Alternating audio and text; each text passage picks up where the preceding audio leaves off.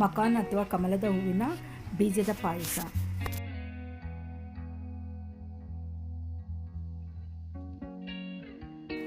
ಬಾಣಲೆಗೆ 2 tea spoon ತುಪ್ಪ ಹಾಕಿ ಕಮಲದ ಹೂವಿನ ಬೀಜವನ್ನು ಗರಿಗರಿಯಾಗಿ 2 ನಿಮಿಷ ಹುರಿಯಬೇಕು.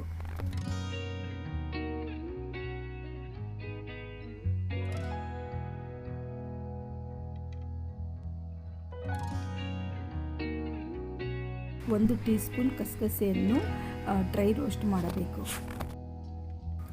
ಮಿಕ್ಸರ್ ಜಾರಿಗೆ ಹುರಿದ ಗಸಗಸೆ ಮತ್ತು 4 ಏಲಕ್ಕಿಯನ್ನು ಹಾಕಬೇಕು.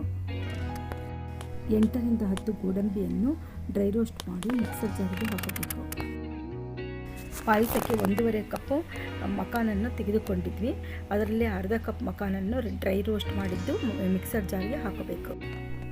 ಮಿಕ್ಸಿಗೆ ಹಾಕಿದ ಎಲ್ಲ ಸಾಮಾನನ್ನು ನುಣ್ಣಗೆ ಪುಡಿ ಮಾಡಬೇಕು. ಅದರಲ್ಲೇ ಪುಡಿ ಮಾಡಿದ ನಂತರ ಅದರಲ್ಲಿ ಅರ್ಧ ಕಪ್ ಹಾಲನ್ನು ಸೇರಿಸಿ ಚೆನ್ನಾಗಿ ಪೇಸ್ಟ್ ಮಾಡಬೇಕು.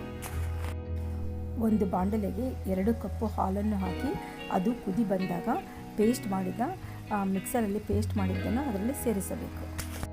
ಹುರಿದ ಮಕಾನನ್ನು ಕುದಿಯುವ ಹಾಲಿನಲ್ಲಿ ಹಾಕಬೇಕು ಮತ್ತು ಅದರ ಜೊತೆಯಲ್ಲಿ 3/4 ಕಪ್ ಬೆಲ್ಲವನ್ನು ಸೇರಿಸಬೇಕು.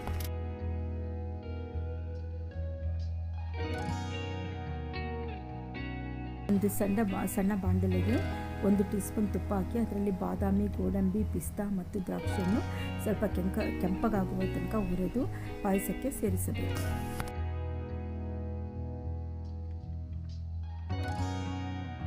ತುಂಬ ಆರೋಗ್ಯಕರವಾದ ಮತ್ತು ರುಚಿಕರವಾದ ಪಾಯಸ ರೆಡಿಯಾಗುತ್ತದೆ.